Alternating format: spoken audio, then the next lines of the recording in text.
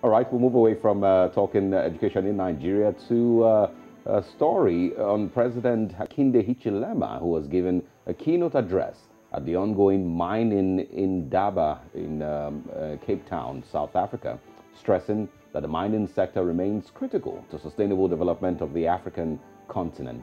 Mr. Hichilema says there is need to create upstream linkages into mining capital goods, consumables, and service industries. Meanwhile, economist Dr. Lubinda Habazoka says Zambia should focus on developing a model that will enable the mining sector to operate 100% under ZCCMIH. Currently, mines in Zambia are under private ownership, with the government owning some shares through the ZCCM Investment Holdings, a holding company. This morning, we'll be joined by economist Dr. Lubinda Habazoka. Good morning, Doctor. Thank you for joining us. Good morning, and thank you very much for having me. It's been a long time. All right. Quickly share with us, what the recent, updates on this story are, and what exactly your thoughts are with President Hichilema. Well, I think that Zambia, for the past 5 years, 5 to 6 years, have been pursuing a policy of ensuring that the country benefits from mineral resources.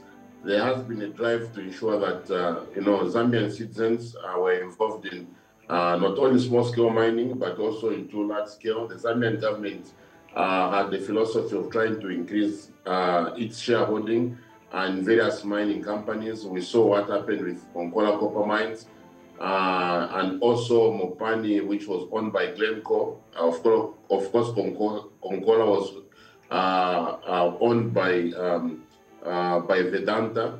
So what we have seen that these two large mines put together, mined over 400,000 tons of copper every year, and were major contributors to Zambia's copper output. But when you look at the numbers in terms of the quantity mined, it was forever increasing. But in terms of contribution to tax revenues, these mines for over 20 years had never posted any profits. President Hakainde's speech is a major shift towards embracing foreign direct investments into the mining sector. FQM have just announced $1.25 billion planned capital injection into FQM. For you just to understand, FQM is a major tax contributor when it comes to mine tax. I think since they operate from the Canadian stock market, they need to show their shareholders the profits they make. So they have no choice but to of course declare dividends. They have been paying some amounts, but of course a lot of economists just like me believe that the amount of money we're getting from FQM is not sufficient. So this announcement in investments according to Zambian tax laws will make sure that FQM doesn't pay any taxes until they mine copper worth 1.25 billion because of capital allowances. So despite the fact that this might appear to be good news for the Zambian mining industry, it's very bad news for our tax authorities, because under law on capital allowance, FQM will have to first recoup this investment before them posting profits. What is also worrying in the statements is that still we are still calling for foreign direct investments to come into the mining sector rather than strengthening ZCCM, which is a holding company in Zambia, to take a leading role.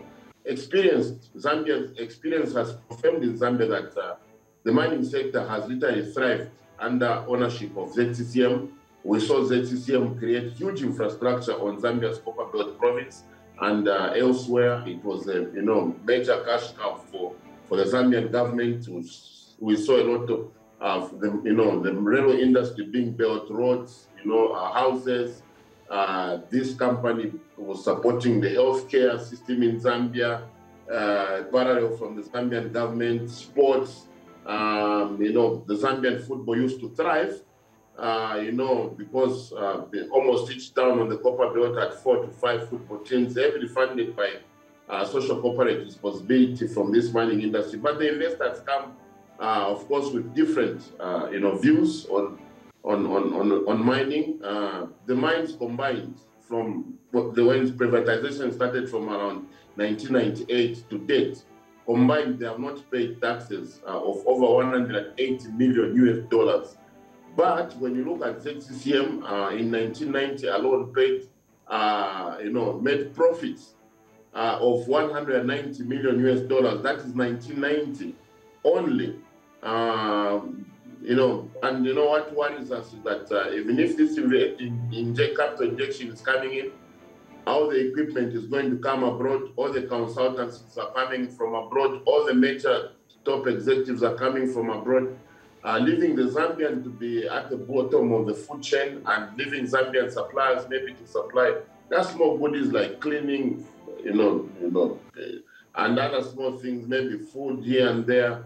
So I think that, there's a concern to worry, but of course, for international capital, this is a time when, we have a government in place that, encourages people to bring in FDI into the mining sector. I think that, the authorities are going to be friendly to foreign investors. For those that, speak to this ideology of FDI in the mining sector, I think this is a good period for them. Okay, you have, aptly explained this, and we're deeply thankful that you've joined us this morning, Dr. Lubinda Habazuka. Thank you very much for joining us. As this story unfolds, we'll look forward to having you again here. Join us on Breakfast Central. Thank you very much. Appreciate it. Thank you.